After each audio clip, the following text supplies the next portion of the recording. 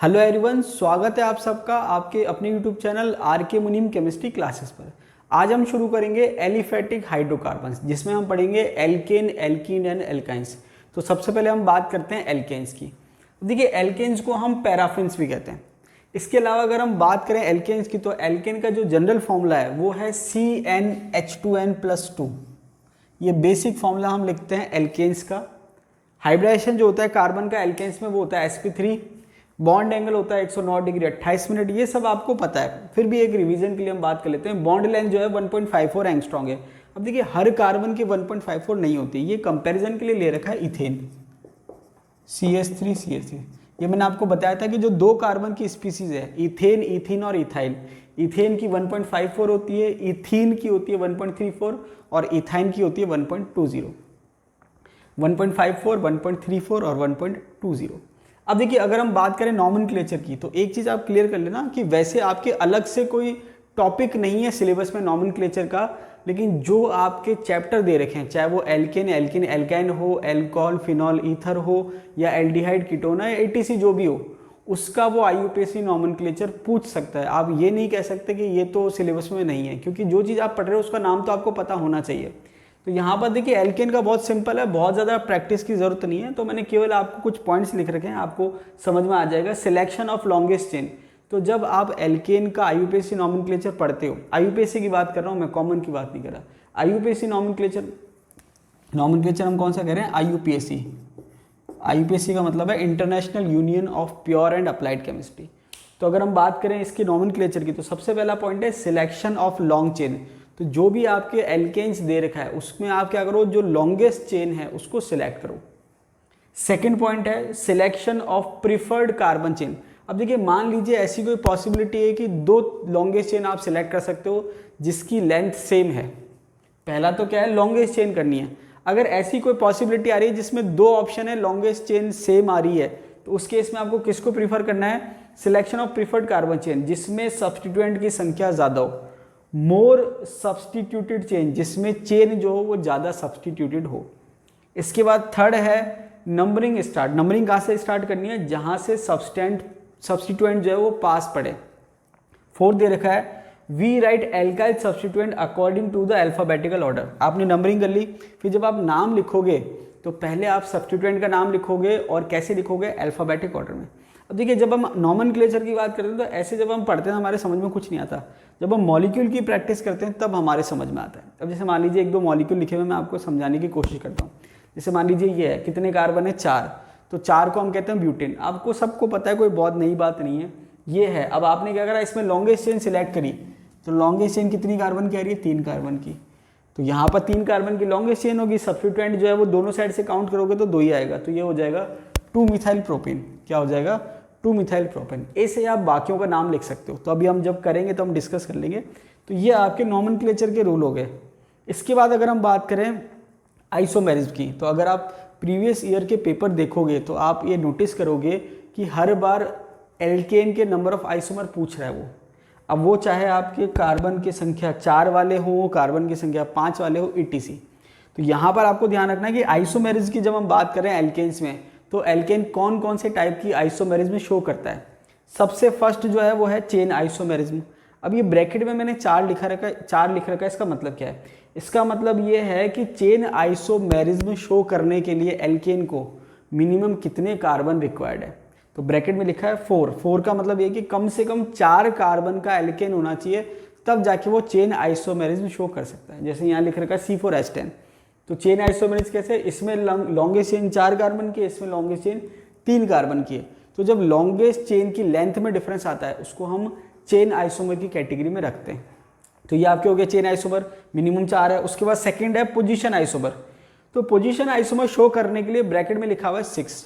तो position isomer का मैंने आपको बताया था, जब आप IUPAC नाम लिखोगे, तो पोजीशन आइसोमर का जब आप IUPAC नाम लिखोगे तो नाम बिल्कुल सेम आएगा, बस फर्क ये आएगा कि पोजीशन जो है सब्स्टिट्यूएंट की वो डिफरेंट है। तो अगर आप पोजीशन की बात करोगे तो 6 कार्बन मिनिमम रिक्वायर्ड है। मतलब ये भी पोजीशन शो नहीं कर रहा है और ये भी पोजीशन शो नहीं कर रहा है। पोजीशन कौन शो कर रहा है? यहाँ पर मिनिमम कितने कार्बन रिक्वायर्ड है? 6 कार्बन रिक्वायर्ड है। अब 6 कैसे? ये 6 दे रखा है C6H14, कैसे शो कर सकते हैं? ये तो लॉन्गेस्ट चेन हो गई। इसमें और इसमें अगर हम कंपेयर करें तो ये आपके मिथाइल ग्रुप कौन सी पोजीशन पर है 1 2, और यहाँ पर आपके मिथाइल ग्रुप कौन सी पोजीशन पर है 1 2 3। तो ये आपके पोजीशन आइसोमर की कैटेगरी हो गई। तो मिनिमम कितने कार्बन रिक्वायर्ड है 6। तो आप देखोगे 1 2 3 4 5 कार्बन की तो लॉन्गेस्ट चेन हो गई, और सब्स्टिट्यूएंट किस पे हो गया 2 पे और 3 पे। इसके बाद अगर हम बात करें नेक्स्ट ऑप्टिकल आइसोमरेज, तो मिनिमम कितने कार्बन रिक्वायर्ड है 7। अब 7 कैसे समझ सकते हैं हम कि भाई मैंने कहा ऑप्टिकल आइसोमरेज, तो ऑप्टिकल के लिए चारों ग्रुप जो हैं वो डिफरेंट होने चाहिए। तो मैंने कहा एक ग्रुप तो मैंने कह दिया कि भाई हाइड्रोजन है, और एक ग्रुप मैंने कह दिया कि मिथाइल है, तो एक कम से कम इथाइल होना चाहिए C2H5, और एक कम से कम प्रोपाइल होना चाहिए C3H7, तब जाके ये ऑप्टिकल आइसोमरेज शो करेगा। तो अब आपने देखा कि चारों कार्बन की वैलेंसी डिफरेंट लगा दी। अब आप टोटल कार्बन गिनोगे 3 4 5 6 7, तो मिनिमम कितने कार्बन रिक्वायर्ड हो गए 7। केवल एल्केन की बात हो रही है, कोई सब्स्टिट्यूएंट लगाने की बात नहीं हो रही है। सब्स्टिट्यूएंट लगाओगे तो कंडीशन अलग है। तो ये हमने बात करी कि कौन कौन सी आइसोमेरिन शो कर सकता है। अब एक्चुअल में जो क्वेश्चन पूछा जा रहा है एग्जाम में, वो ये पूछा जा रहा है कि नंबर ऑफ आइसोमर कितने हैं एल्केन्स के। वो क्या कर रहा है, सीधे सीधे फॉर्मूला लिख रहा है कि भाई 4 कार्बन का एल्केन है कि 5 का है कि 6 का है, उस टाइप से। तो वो पूछा है टोटल आइसोमर कितने होंगे। तो यहाँ पर मैंने प्रैक्टिस के लिए आपके 3 कंडीशन ले रखी है। सबसे पहला है C4H10, IUPAC नॉमेनक्लेचर भी साथ में देख लेंगे। C4H10 की अगर हम बात करें तो 2 पॉसिबिलिटी है। आपको क्या करना है, सबसे पहले लॉन्गेस्ट चेन लेनी है। लॉन्गेस्ट चेन ले ली, एक तो वो बन जाएगा। उसके बाद लॉन्गेस्ट चेन की जो लेंथ है वो आप डिवाइड कर दो, उसके बाद कम करते जाओ जितनी पॉसिबिलिटी है। तो सबसे पहले हमने बात करी C4H10 में, तो लॉन्गेस्ट चेन कितने कार्बन के लिए 4, तो इसका नाम सिंपल सा ब्यूटेन हो जाएगा। लॉन्गेस्ट चेन लेने के बाद सेकंड लॉन्गेस्ट चेन 3 कार्बन की हो सकती है, ये वाली हो गई। अब आप चाहो कि ये सब्स्टिट्यूएंट यहाँ लगा दूँ तो यहाँ लगाते ये बन जाएगा, ठीक है। तो टर्मिनल पे सब्स्टिट्यूएंट नहीं होता, मतलब सेम सब्स्टिट्यूएंट, मतलब कार्बन की बात हो रही है। अगर क्लोरीन होगा तो उस टर्मिनल पे भी हो सकता है। तो जैसे मैंने CH3 यहाँ लगा दिया तो ये हो जाएगा 2 मिथाइल प्रोपेन। तो ये 2 स्टीरियो आइसोमर हो गए। तो अगर आपसे कोई पूछे कि ब्यूटेन के स्टीरियो आइसोमर, सॉरी स्टीरियो नहीं, गलत बोल दिया मैंने, नंबर ऑफ आइसोमर की बात हो रही है। तो अगर आपसे कोई पूछे कि ब्यूटेन के आइसोमर कितने होंगे टोटल, तो आप क्या कहोगे 2, ठीक है। नेक्स्ट है आपके C5H12। तो अगर आपसे कोई पूछे कि 5 कार्बन, मतलब पेंटेन आप कह सकते हो, या 5 कार्बन, या फॉर्मूला दे देगा C5H12 में नंबर ऑफ आइसोमर कितने होंगे, तो आप क्या करो, सबसे पहले 5 कार्बन की चेन बना लो। ये बना लिया आपने, इसको आप कहोगे पेंटेन, इसको आप क्या कहोगे पेंटेन। उसके बाद आप क्या करो, एक कार्बन निकालो, 4 कार्बन की चेन बना लो। 4 कार्बन की चेन आपने बना ली, ये बन गई 4 कार्बन की चेन। अब आप इसमें सब्स्टिट्यूएंट लगा के देखो डिफरेंट पोजीशन पे, तो टर्मिनल पे आप लगा नहीं सकते क्योंकि टर्मिनल पे लगाती 5 कार्बन की हो जाएगी। तो टर्मिनल के बाद नेक्स्ट पोजीशन पे जब आप लगाओगे तो ये आगे आपके, अब आप चाहे यहाँ पर लगाओ चाहे यहाँ पर लगाओ, बात एक ही है, क्योंकि वो सेकंड नंबरिंग पे कहलाएगा। अब यहाँ पर लगाओगे तो नंबरिंग यहाँ से स्टार्ट हो जाएगी, यहाँ पर लगाते तो नंबरिंग यहाँ से स्टार्ट हो जाएगी। तो ये हो जाएगा 2 मिथाइल ब्यूटेन। इसका नाम क्या हो जाएगा 2 मिथाइल ब्यूटेन। लिख देता हूँ मैं, तो आप नाम ऐसे लिखोगे 2 मिथाइल ब्यूटेन, ये इसका नाम हो जाएगा, क्या हो जाएगा 2 मिथाइल ब्यूटेन। तो ये दूसरा आइसोमर हो गया। उसके बाद नेक्स्ट आप क्या कर सकते हो, पोजीशन इसकी बना नहीं सकते, तो नेक्स्ट में आपके एक और कार्बन की संख्या कम हो जाएगी, तो 3 कार्बन की चेन हो गई, एक ग्रुप ऊपर और एक ग्रुप नीचे। तो इसका नाम क्या होगा 2,2 डाइमिथाइल प्रोपेन। इसका नाम क्या हो जाएगा 2,2 डाइमिथाइल प्रोपेन, जिसको आप कॉमन नेम कहते हो नियोपेंटेन। कॉमन नेम आप क्या कहते हो नियोपेंटेन। तो ये हो जाएगा 2,2 डाइमिथाइल प्रोपेन, 2,2 डाइमिथाइल प्रोपेन, ये आपके नाम हो जाएगा। और कॉमन नेम इसका है नियोपेंटेन। तो टोटल कितने हो गए 3। अब आप देखोगे ये तीनों आइसोमर अपने आप में चेन आइसोमर कहलाएंगे। क्यों? क्योंकि एक की चेन लेंथ 5 की है, एक की 4 की है और एक की 3 की है। इसके बाद नेक्स्ट आते हैं C6H14। तो C6H14 के टोटल आइसोमर दे रखे हैं 5। अब यहाँ पर एक चीज़ का ध्यान रखना, क्योंकि यहाँ पर अभी स्टीरियो आइसोमर आ नहीं रहा है। जैसे ही स्टीरियो आइसोमर आता है वहाँ पर क्वेश्चन और टिपिकल हो जाता है। क्यों? क्योंकि वहाँ पर फिर आपको लैंग्वेज ये चेक करनी कि टोटल आइसोमर पूछ रहा है कि स्ट्रक्चरल पूछ रहा है। स्ट्रक्चरल का मतलब केवल स्ट्रक्चरल आइसोमर पूछ रहा है या फिर वो टोटल पूछ रहा है स्ट्रक्चरल प्लस स्टीरियो, वो आपके लिए टिपिकल है। अब क्योंकि छोटे कार्बन की संख्या में वहाँ तो वो आ नहीं रहा, लेकिन जैसे आपके कार्बन की संख्या 7 आएगी वहाँ पर ऑप्टिकल वाली कंडीशन भी आ जाएगी, वो आपको ध्यान रखनी है। तो फिर वो आपके क्या है क्वेश्चन गलत करवाएगा। इसलिए ऐसे क्वेश्चन में क्या है, पहले से याद करके जाओ कि भाई इसके इतने, तो वहाँ टाइम वेस्ट नहीं होगा भाई एक एक आप निकालने बैठ जाओ कि भाई इसके कितने होंगे। इसलिए पहले से आप याद करके जाओ कि भाई 4 कार्बन के 2 हैं, 5 कार्बन के 3 हैं, 6 के 5 है।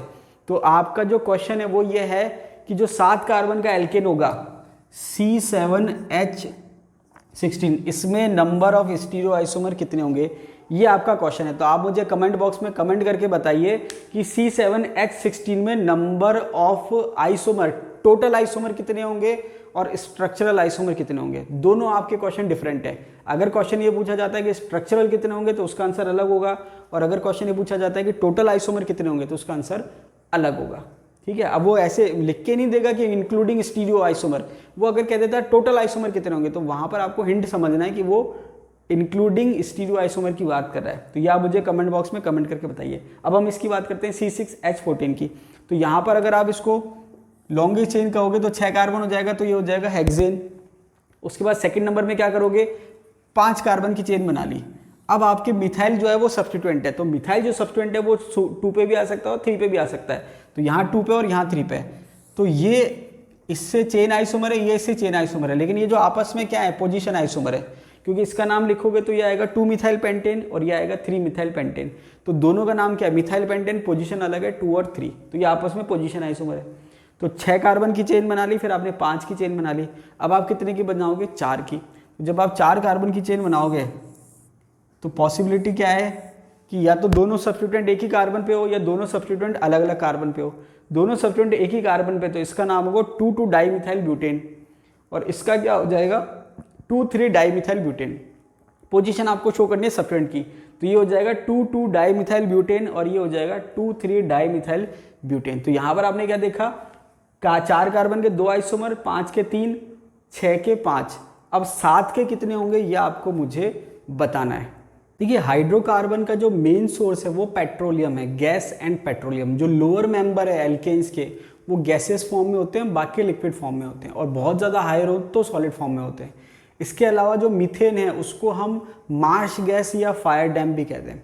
अब देखिए अगर हम बात करें प्रिपरेशन की, तो जो मेन प्रिपरेशन है एल्केन्स की वो हम देख लेते हैं यहाँ पर। सबसे पहले अगर मेथड की बात करें, मेथड ऑफ प्रिपरेशन, तो फर्स्ट दे रखा है फ्रॉम एल्कीन्स एंड एल्काइंस। अगर एल्कीन और एल्काइन से अगर हम बनाना चाहते हैं एल्केन, तो ये तो अंडरस्टूड है कि आप रिडक्शन से ही बना सकते हो। क्यों, क्योंकि एल्कीन में डबल बॉन्ड कार्बन है और एल्काइन में ट्रिपल बॉन्ड कार्बन है, तो डबल बॉन्ड को ब्रेक करके आपको हाइड्रोजन ऐड करना है, ट्रिपल बॉन्ड को ब्रेक करके हाइड्रोजन ऐड करना है। तो यहाँ पर सबसे अगर हम सिंपल मेथड की बात करें तो यहाँ पर एल्कीन है, उसकी रिएक्शन आप करा रहे हो हाइड्रोजन गैस के साथ, निकल आपने कैटेलिस्ट ले रखा है, हीट कर रहे हो आप, एल्केन बन जाएगा। इसके अलावा आपने यहाँ पर भी एल्काइन है, हाइड्रोजन ले रखा है, निकल की प्रेजेंस में आप रिएक्शन करा रहे हो, एल्केन बन जाएगा। अब यहाँ पर जो टेम्परेचर मेंशन है वो लगभग कितना है, 200 से 300 डिग्री सेंटीग्रेड। अगर आप निकल के कंपैरिजन में पैलेडियम या प्लैटिनम लेंगे तो रूम टेम्परेचर पे रिएक्शन हो जाएगी, लेकिन पैलेडियम प्लैटिनम जो है काफ़ी कॉस्टली होता है, इसलिए निकल से भी काम चला लेते हैं। निकल से अगर आप निकल की प्रेजेंस में अगर आप रिएक्शन करा रहे हो तो इस रिएक्शन को सबातियर-सैंडर्स रिएक्शन भी कहते हैं। इसके अलावा अगर आपको ध्यान हो तो रेनी निकल मैंने आपको बताया था, वापस से बता देता हूँ कि देखिए होता क्या है कि कैटलिस्ट की जब हम बात करते हैं, हेट्रोजीनस कैटेलाइसिस की जब हम बात करते हैं, तो कैटलिस्ट का अगर सरफेस एरिया ज़्यादा है, जैसे अगर हम हेट्रोजीनस कैटेलाइसिस की बात कर रहे हैं तो रिएक्टेंट या तो गैसेस फॉर्म में या लिक्विड फॉर्म में, और जो कैटलिस्ट है वो सॉलिड फॉर्म में है। तो अगर सॉलिड फॉर्म में जो कैटलिस्ट है उसका सरफेस एरिया ज़्यादा होगा तो उसकी जो एक्टिविटी है या जो उसकी जो रिएक्टिविटी है वो ज़्यादा हो जाएगी, मतलब उसकी जो एफिशिएंसी वो ज़्यादा हो जाएगी। तो यहाँ पर सरफेस एरिया बढ़ाने के लिए निकल का हम क्या करते हैं, रेनी निकल फॉर्म करते हैं। अब रेनी निकल होता क्या है, निकल एल्यूमिनियम का अलॉय होता है। क्या होता है, निकल और एल्यूमिनियम का अलॉय होता है, जिसको डिजोल्व करते हैं NaOH में। किस में डिजोल्व करते हैं, NaOH में। तो होता क्या है कि एल्यूमिनियम जो है वो सोडियम के साथ क्या है, सॉल्युबल कॉम्प्लेक्स बना लेता है। क्या बनाता है, NaAlO2, जिसको हम कहते हैं सोडियम मेटा एल्यूमिनेट। तो ये तो सॉल्युबल कॉम्प्लेक्स हो गया, बचा निकल जो कि फाइनली डिवाइडेड फॉर्म में रह जाता है, सॉलिड फॉर्म में। उसको हम क्या करते हैं, फिल्टर करते हैं और ड्राई कर लेते हैं। तो आपको क्या होता है, निकल जो है पाउडर्ड फॉर्म में मिल जाता है, जिसका सरफेस एरिया ज़्यादा होता है, तो इसकी जो एफिशिएंसी होती है एज ए कैटलिस्ट वो ज़्यादा होती है। चलिए नेक्स्ट अगर हम बात करें आगे, क्योंकि मेथड सेम ही है फ्रॉम एल्किन्स एंड एल्काइंस, तो नेक्स्ट जो रिडक्शन का मेथड दे रखा है वो दे रखा है हाइड्रोबोरेशन ऑफ एल्कीन्स। अब ये हाइड्रोबोरेशन ऑक्सीडेशन अलग होता है, ये हम हाइड्रोबोरेशन रिडक्शन कह सकते हैं। केवल हाइड्रोबोरेशन कहना सही नहीं है, हाइड्रोबोरेशन रिडक्शन आप कह सकते हो, ठीक है, हाइड्रोबोरेशन रिडक्शन कह सकते हैं। या अगर हम कहें हाइड्रोबोरेशन ऑक्सीडेशन तो वहाँ पर एल्कोहल बनता है, तो यहाँ पर हम एल्कीन का क्या कर रहे हैं, हाइड्रोबोरेशन रिडक्शन। तो क्या कर रहे हैं हम, RCH double bond CH2 alkene है, रिएक्शन आपने कराई हाफ B2H6। अब देखिए कई बार हम BH3 लिख देते हैं, BH3 एक्चुअल में सही नहीं है क्योंकि BH3 स्टेबल नहीं होता है, एक्चुअल फॉर्म होती है B2H6, लेकिन वो कई बार अंडरस्टूड होता है, तो यहाँ लिख दिया हाफ B2H6।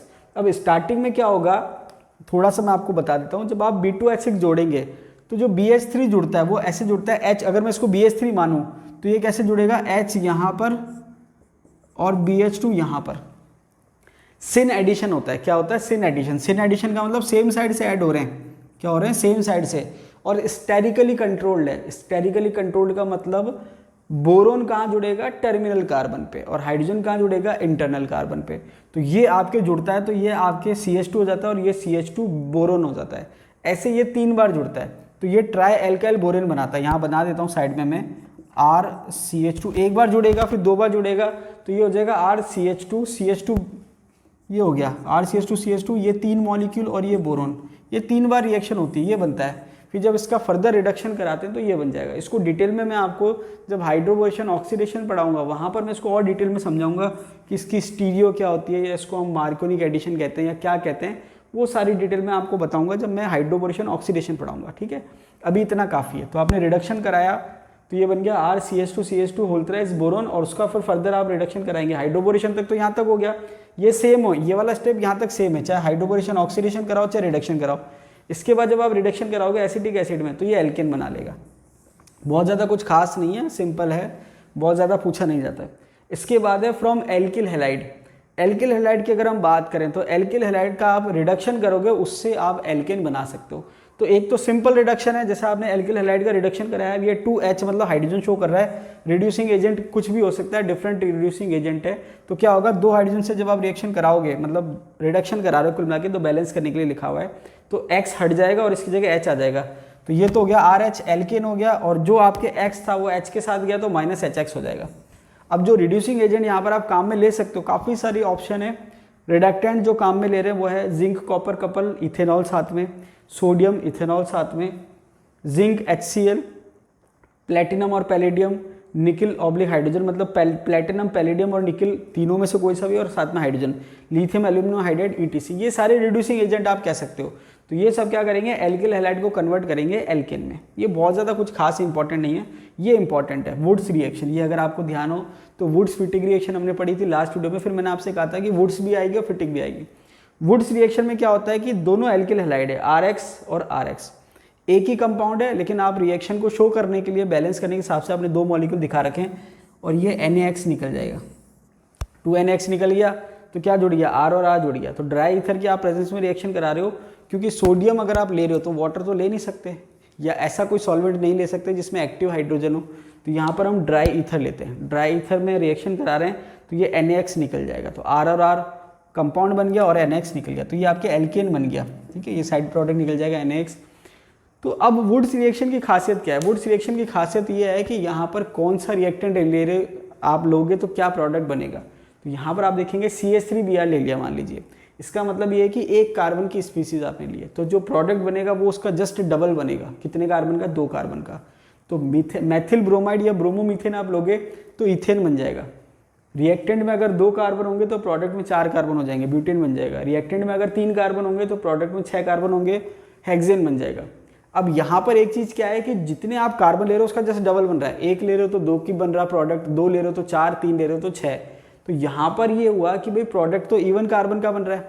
सम संख्या मतलब जो से जिसको हम 2 से पूरी तरह से भाग दे सकते हैं। अब यहाँ पर जो है, अगर आपको ऑड कार्बन का बनाना है, अगर आप चाह रहे हो कि जो प्रोडक्ट है उसमें ऑड नंबर ऑफ कार्बन की स्पीसीज हो, उसके लिए आपको 2 अलग अलग रिएक्टेंट लेने पड़ेंगे। जैसे आपने ले लिया CH3Br और C2H5Br। तो यहाँ पर जब आप रिएक्शन कराओगे तो अब क्योंकि 2 स्पीसीज है, तो 2 स्पीसीज जो है पॉसिबिलिटी ये हो गई कि भाई वो आपस में भी जुड़ सकती है और डिफरेंट भी जुड़ सकती है। जैसे अगर हम प्रोडक्ट की बात करें तो CH3 मतलब 2 मॉलिक्यूल CH3Br के जुड़ गए तो क्या बन गया, CH3 जैसे हमने ऊपर दे रखा है। और दूसरा ये कि C2H5 जुड़ गया, जो कि हम देखा C2H5Br लोगे तो 2 मॉलिक्यूल ये जुड़ जाएंगे। तो ये तो वो प्रोडक्ट है जब आप अगर केवल सिंगल भी लेते तो मिल जाता। अब जो दोनों का मिक्स प्रोडक्ट है वो ये है CH3 C2H5 मतलब प्रोपेन। तो ये आपने क्या देखा, अगर आप 2 डिफरेंट स्पीसीज ले रहे हो तो आपके नंबर ऑफ प्रोडक्ट्स बन रहे हैं, 3 प्रोडक्ट बन गए। ए अगर मान लीजिए एक है रिएक्टेंट A तो A और A का प्रोडक्ट बन गया, एक है रिएक्टेंट B तो B और B का बन गया, और एक है A और B अलग अलग है तो A और B का बन गया। तो यहाँ पर आपने क्या देखा, एक 2 कार्बन की स्पीसीज है, एक 4 कार्बन की और एक 3 कार्बन की। नोट डाल के क्या लिखा हुआ है देखिए, नोट इंपॉर्टेंट है, क्वेश्चन आता है इस पर। क्या लिखा हुआ है, from this method we can not prepare methane. अब यहाँ पर आपको एक चीज़ तो समझ में आ गई कि भाई दो एल्किल ग्रुप जुड़ेंगे तब जाके प्रोडक्ट बनेगा, तो मीथेन आप नहीं बना सकते क्योंकि मीथेन में एक ही कार्बन है, कम से कम 2 कार्बन की स्पीसीज बनेगी। इसके अलावा ऑड नंबर ऑफ एल्केन अगर आपको बनाना है तो पहली बात तो आपको डिफरेंट लेना पड़ेगा रिएक्टेंट। उसमें भी कंडीशन है, अगर आप दोनों ऑड ले लोगे या दोनों इवन ले लोगे तो भी नहीं बन पाएगा ऑड का। क्यों? क्योंकि अगर मान लीजिए आपने 1 और 3 ले लिया तो 1 और 1 को जोड़ोगे तो भी 2 हो जाएगा, 3 और 3 को जोड़ोगे तो भी 6 हो जाएगा, और 1 और 3 को जोड़ोगे तो 4 हो जाएगा। अगर आपको ऑड स्पीसीज बनानी है तो आपको 2 रिएक्टेंट लेने पड़ेंगे, एक ऑड का और एक इवन का, तब जाके ऑड स्पीसीज बनेगी। ये आपको ध्यान रखना है। इसके बाद अगर हम बात करें तो ये इस टाइप से क्वेश्चन आता है, इंपॉर्टेंट है, शीट में जब आप देखोगे तो कहीं ना कहीं आपको क्वेश्चन मिल जाएगा। चलिए नेक्स्ट मेथड है फ्रैंकलिन्स मेथड। अब फ्रैंकलिन मेथड की अगर हम बात करें तो R I plus Z N plus I R, तो यहाँ पर हम देखते हैं तो आर आई और जेड एन, अब देखिए यहाँ पर लगभग सेम चीज़ है। जैसे आपने यहाँ आर एक्स लिखा था, यहाँ पर आर आई आ गया, यहाँ पर सोडियम था, यहाँ पर जिंक आ गया, बहुत ज़्यादा डिफरेंस नहीं है। तो ये क्या होता है, आर आर बन गया और जेड एन आई टू बन गया। जहाँ तक मुझे ध्यान आ रहा है, मुझे जेड एन आर टू जो है उसको फ्रैंकलिन रिएजेंट कहते हैं। क्या कहते हैं? Franklin reagent. आप चाहो तो और चेक कर लेना, अगर मान लीजिए मेरे से गलती हो रही है बोलने में या कुछ मैं गलत बता रहा हूँ तो आप मुझे कमेंट बॉक्स में कमेंट करके बता दीजिए, ठीक है। और सही भी है तो आप मुझे चेक करके बताइए कि जो मैंने आपको बताया फ्रैंकलिन रिएजेंट वो सही है या नहीं है। नेक्स्ट की अगर हम बात करें कोरे हाउस सिंथेसिस, इंपॉर्टेंट है कोरे हाउस सिंथेसिस। कोरे हाउस सिंथेसिस में क्या होता है, R2CuLi जो है वो R-X से रिएक्शन कर रहा है और क्या बना रहा है, R और साइड प्रोडक्ट क्या बन रहे हैं, RCu और LiX। अब यहाँ पर इंपॉर्टेंट बात यह है कि जो R2CuLi है वो जिल्मान रिएजेंट कहते हैं उसको। क्या कहते हैं? जिल्मान रिएजेंट। ये डायरेक्ट पूछ रखा है कि जिल्मान रिएजेंट क्या होता है। जिल्मान रिएजेंट का फॉर्मूला क्या है, R2CuLi।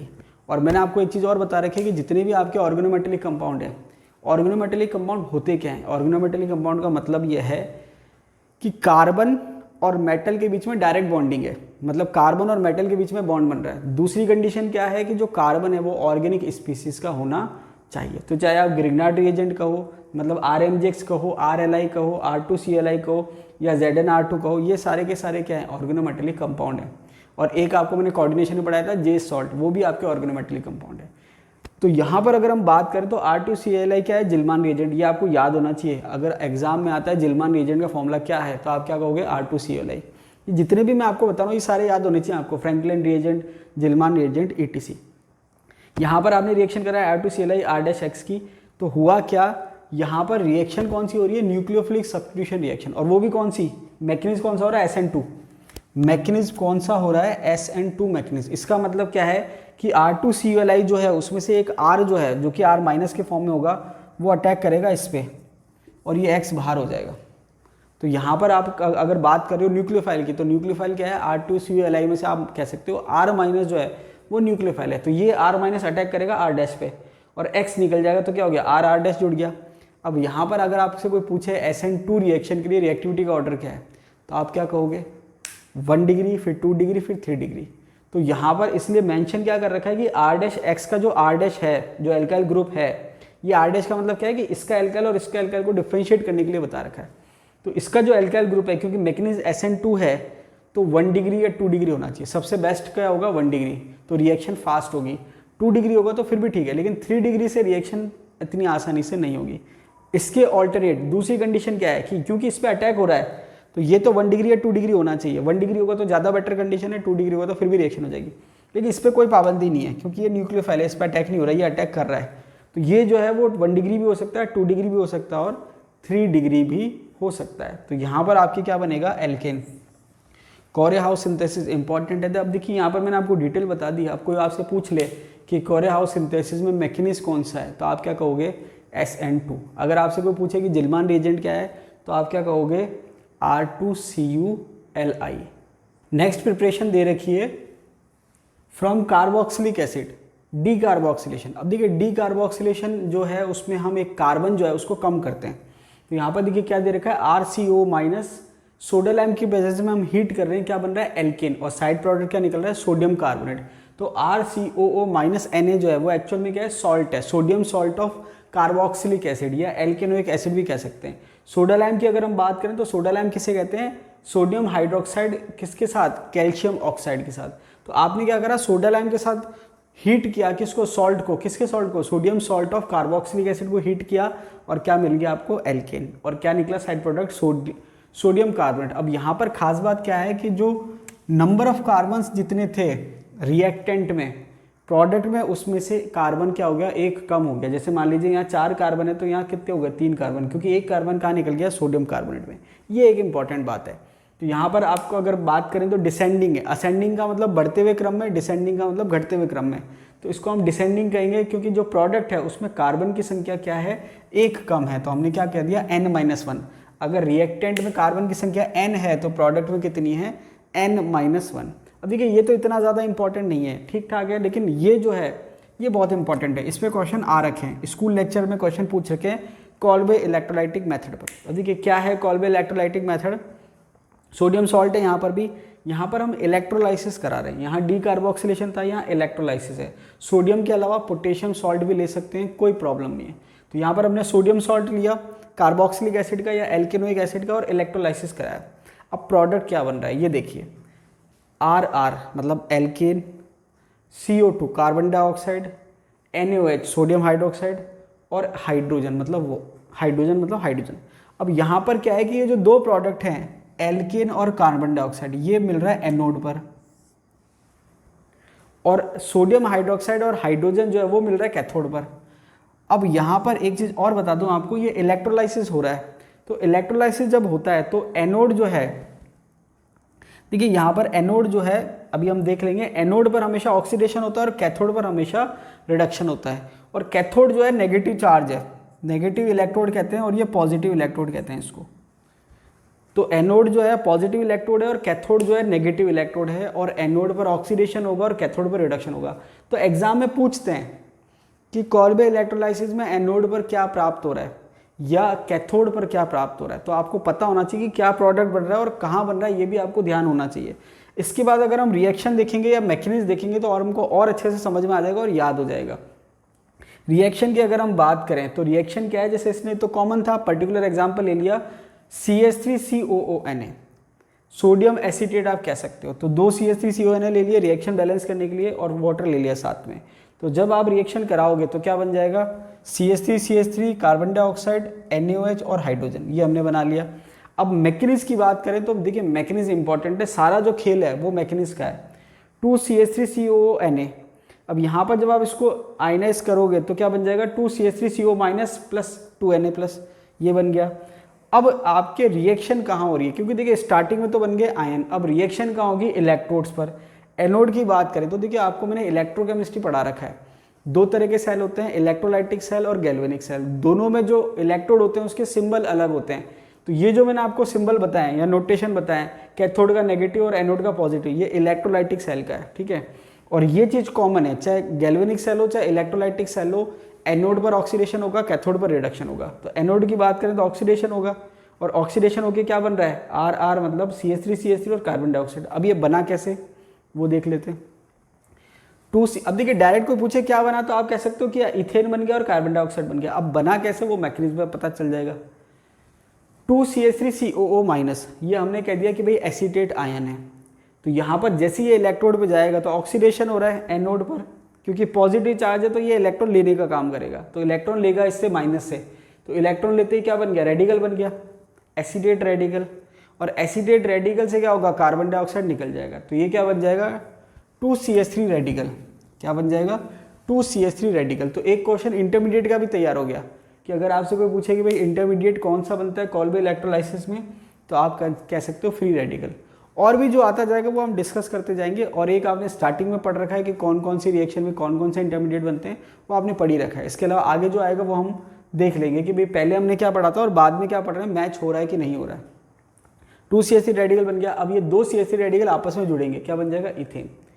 तो ये आपने क्या देखा कि जो एनोड है उस पर एक तो आपके इथेन बन गया और एक आपके बन गया कार्बन डाइऑक्साइड, ठीक है। ये आपके कहाँ बन गया, एनोड पर रेडिकल बन रहा है इंटरमीडिएट। कैथोड की बात करें तो कैथोड पर रिडक्शन होता है। तो यहाँ पर रिडक्शन में क्या बन रहा है, NaOH और हाइड्रोजन। कैसे बन रहा है कि भाई यहाँ पर हमने देखा था कि भाई CH3CO माइनस है और Na प्लस है। मेन तो रिएक्शन हो गई आपकी, अब ये तो साइड में चल रही है, कैथोड पे रिडक्शन है, Na+ जो है वो इलेक्ट्रॉन लेगा और क्या बना लेगा, सोडियम, और ये सोडियम जो है वाटर से रिएक्शन करेगा, वाटर से रिएक्शन करने के बाद NaOH बना लेगा और हाइड्रोजन गैस जो है वो लिबरेट होगी। अब यहाँ पर अगर हम ओवरऑल रिएक्शन की बात करें तो अगर आपसे कोई पूछ ले, नॉलेज के लिए पूछ ले कि भाई जैसे जैसे रिएक्शन होगी सॉल्यूशन की पीएच पर क्या फ़र्क पड़ेगा, तो आप देखेंगे कि भाई सोडियम सॉल्ट है, यहाँ पर ये स्टार्टिंग में आप कह सकते हो सॉल्ट है, हालांकि ये वीक बेसिक है, क्या है, वीक बेसिक, लेकिन रिएक्शन के दौरान या ओवरऑल जब रिएक्शन हो रही है तो क्या बन रहा है, नो डाउट स्ट्रॉन्ग बेस बन रहा है। तो जैसे जैसे रिएक्शन होगी सॉल्यूशन की पीएच जो है वो बढ़ेगी क्योंकि बेसिक नेचर बढ़ रही है। ठीक है, ये एक्स्ट्रा क्वेश्चन है जो अगर आप बहुत ज़्यादा कंसेप्ट में जाएं कि भाई ऑर्गेनिक में फिजिकल ऐड कर दी, वहाँ पर ऐसे टाइप से पूछ सकते हैं। चलिए आगे अगर हम बात करें, नोट डाल के दे रखा है, from this method we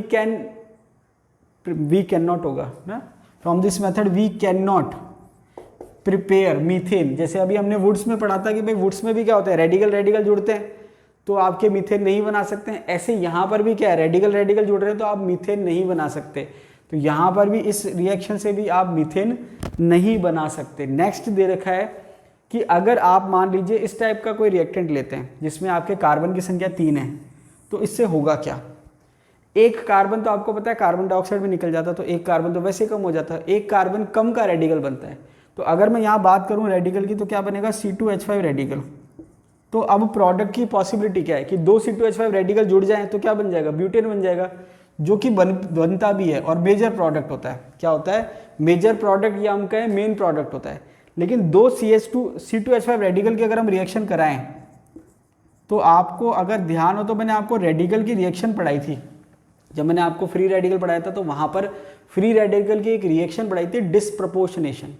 disproportionation में क्या होगा कि इसका एक H या इसका एक H यहाँ आ जाएगा, तो इसका जब एक H यहाँ आएगा तो यहाँ से एक H कम हो गया तो ये तो एल्कीन बना लेगा, और यहाँ एक H आ गया तो ये एल्केन बना लेगा। तो यहाँ पर साइड प्रोडक्ट क्या बनेगा, इथेन और इथीन, ये साइड प्रोडक्ट हैं। ठीक है, जिसको आप माइनर कह सकते हो। तो अगर आप ये रिएक्टेंट लेते हो तो एक तो मेन प्रोडक्ट हो गया ब्यूटेन, एक हो गया इथेन और इथेन।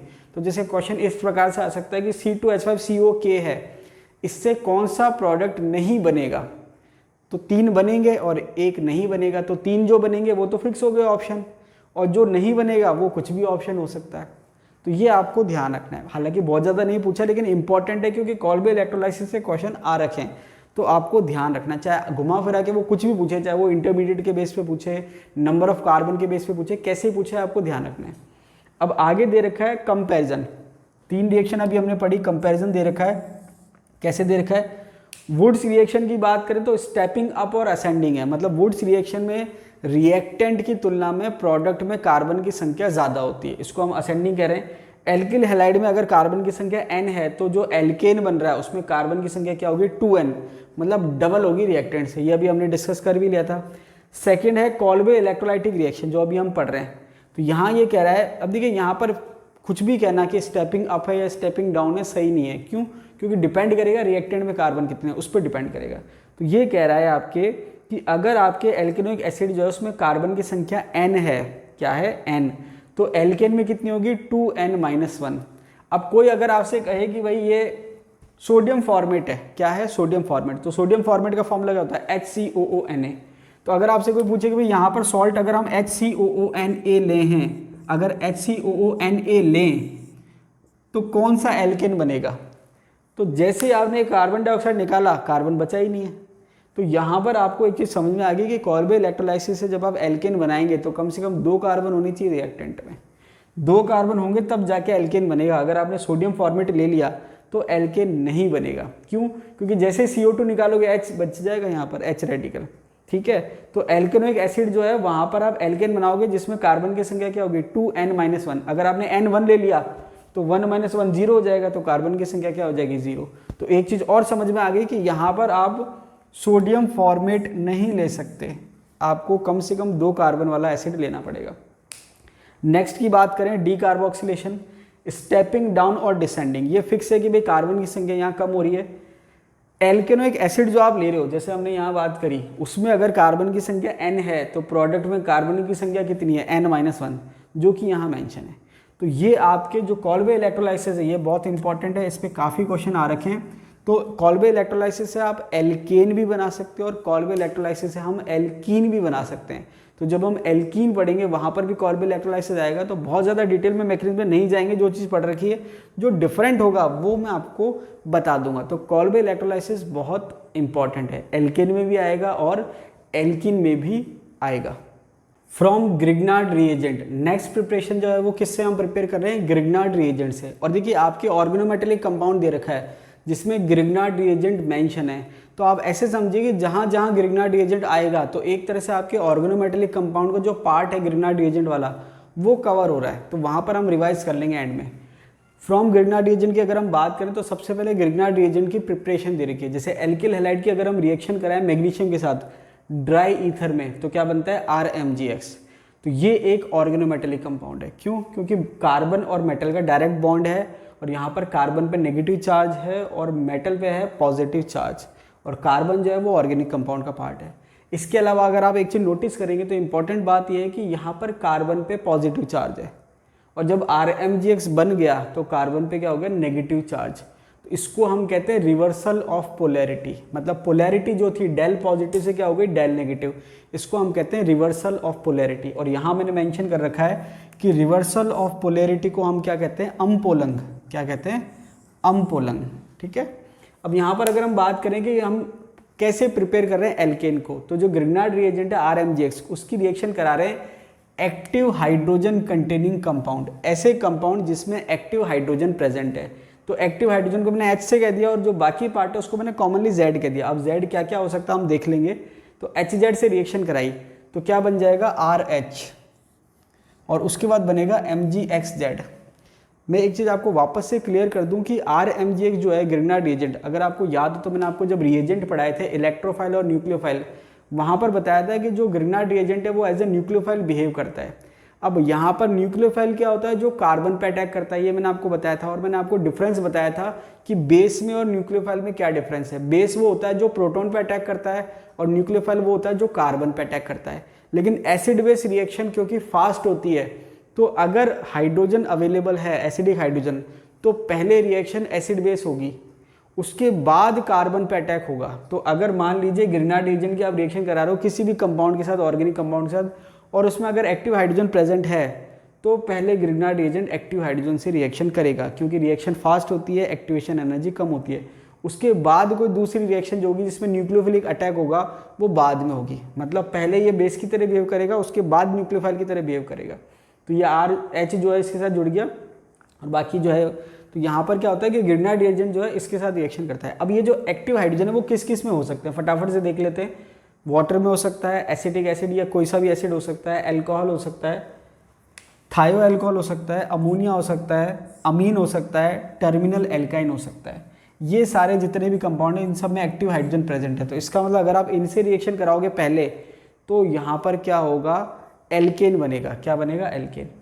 आगे दे रखा है ज़ेरेविटिन ऑफ मेथड। अब ज़ेरेविटिन ऑफ मेथड क्या होता है, number of active hydrogen atom in a compound can be determined by it's reaction with RMgX।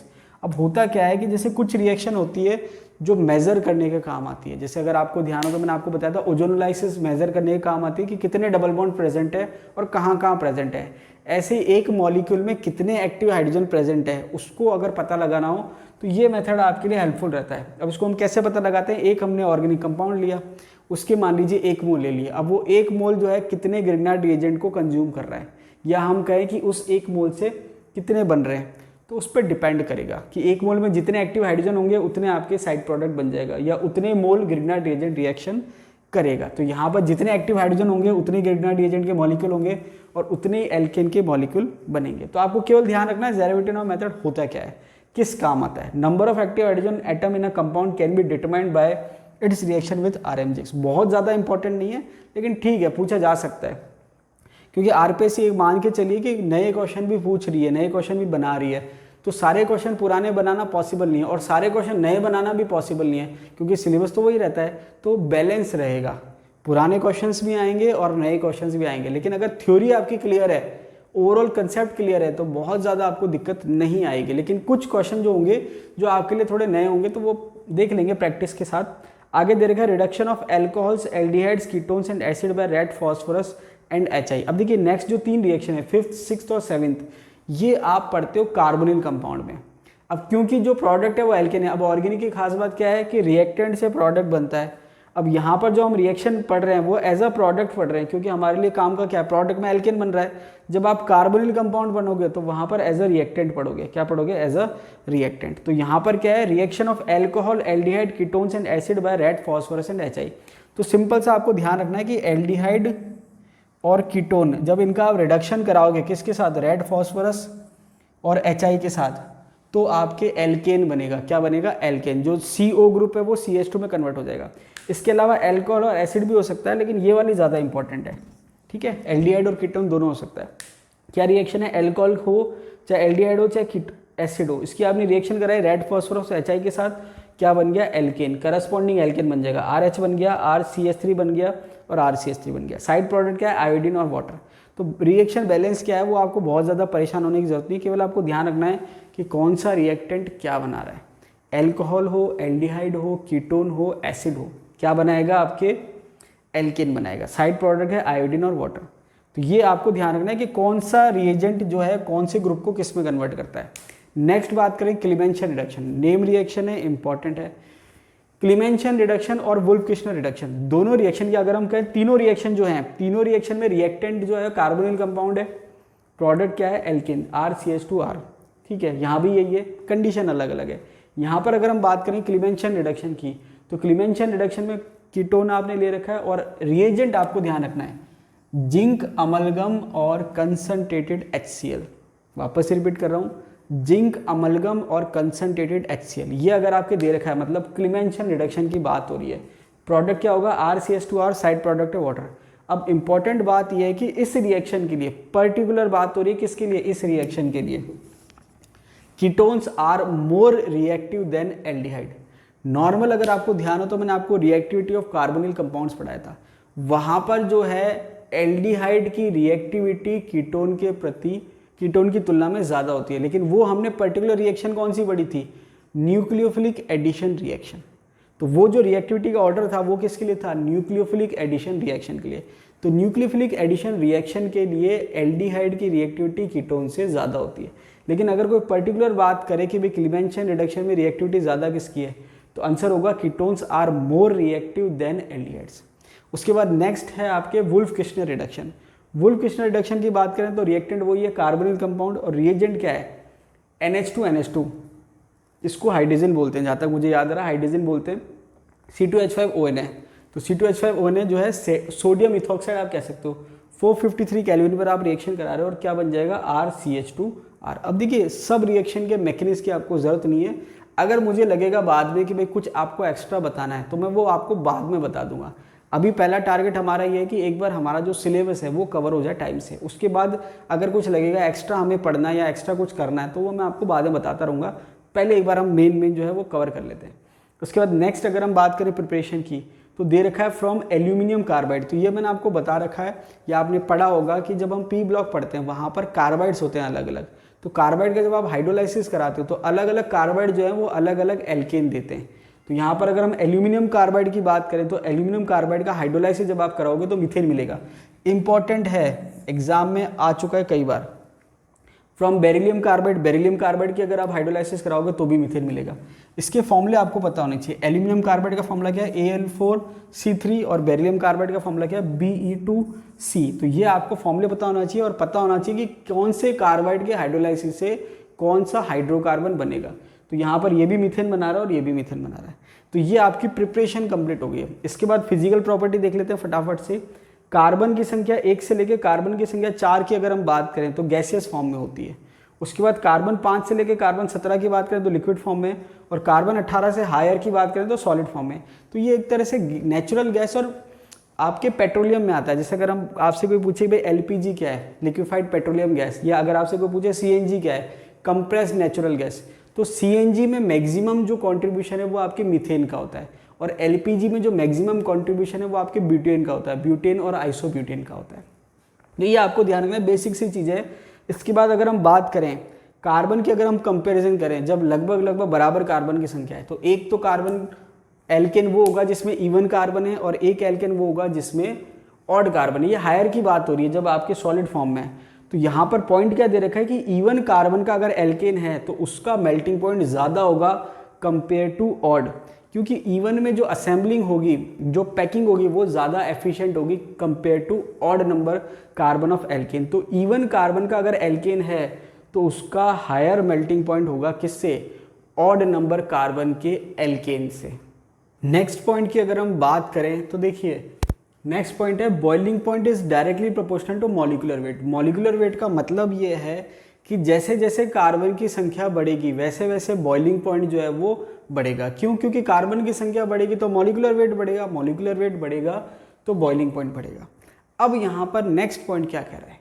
For isomeric alkanes as number of branching increases boiling point decreases. तो दो चीज़ हो गई, एक तो जैसे जैसे कार्बन की संख्या बढ़ेगी वैसे वैसे बॉइलिंग पॉइंट बढ़ेगा। दूसरा ये है कि अगर कार्बन की संख्या सेम है लेकिन ब्रांचिंग बढ़ रही है तो जैसे जैसे ब्रांचिंग बढ़ेगी बॉइलिंग पॉइंट कम होगा। अब यहाँ पर सेकंड पॉइंट जो है ज़्यादा इंपॉर्टेंट है, इस पर क्वेश्चन आ चुका है।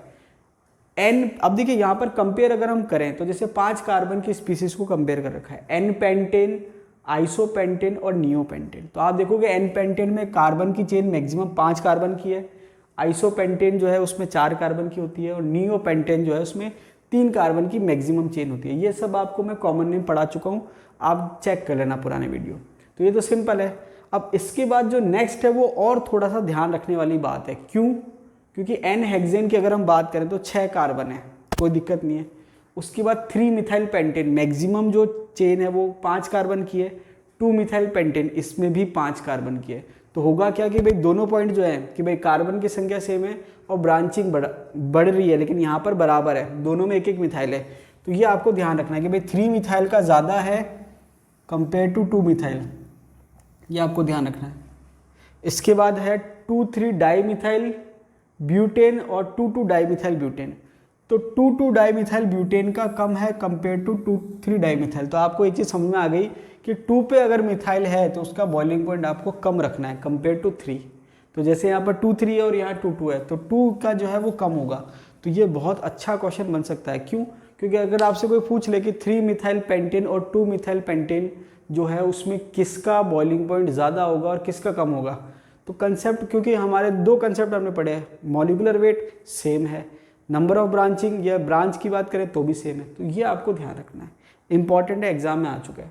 इसके अलावा अगर हम बात करें जो एग्जाम में पूछे जा चुके हैं वो है ऑक्टेन नंबर और सीटेन नंबर। और होता क्या है, octane number is use to check the quality of petrol. Petrol की क्वालिटी को चेक करने के लिए ऑक्टेन नंबर काम में आता है। And cetane is used to check the quality of diesel. Diesel की क्वालिटी को चेक करने के लिए सीटेन काम आता है, पेट्रोल की क्वालिटी को चेक करने के लिए ऑक्टेन काम आता है। अब यहाँ पर है क्या, ये इसका मीनिंग क्या है ऑक्टेन नंबर और सीटेन नंबर का? ऑक्टेन नंबर का मीनिंग है percentage by volume of iso octane in the mixture of iso octane and n heptane. N heptane और आइसो ऑक्टेन का मिक्सचर होता है और उसमें परसेंटेज बाय वॉल्यूम जो है किसका, आइसो ऑक्टेन का, उसको हम कहते हैं ऑक्टेन नंबर। बहुत ज़्यादा डिटेल में नहीं आता लेकिन आपको एक नॉलेज होनी चाहिए। सीटेन नंबर की अगर हम बात करें, percentage by volume of cetane, cetane का मतलब क्या है, 16 कार्बन की species. And alpha methyl naphthalene, तो अल्फा मिथाइल नेफ्थलीन और सीटेन में परसेंटेज बाय वॉल्यूम किसका, सीटेन का, उसको कहते हैं सीटेन नंबर। तो आपको कम से कम इतना पता होना चाहिए कि ऑक्टेन नंबर क्या होता है, सीटेन नंबर क्या होता है और दोनों की इंपॉर्टेंस क्या है। ऑक्टेन नंबर जो है पेट्रोल की क्वालिटी को चेक करने के लिए काम आता है और सीटेन नंबर जो है वो डीजल की क्वालिटी को चेक करने के लिए काम आता है। तो ये हमने पढ़ लिया एल्केन की method of preparation and physical property. Next video में हम पढ़ेंगे एल्केन की केमिकल रिएक्शन। तो आज के लिए इतना ही, मिलते हैं अगले वीडियो में, तब तक के लिए धन्यवाद।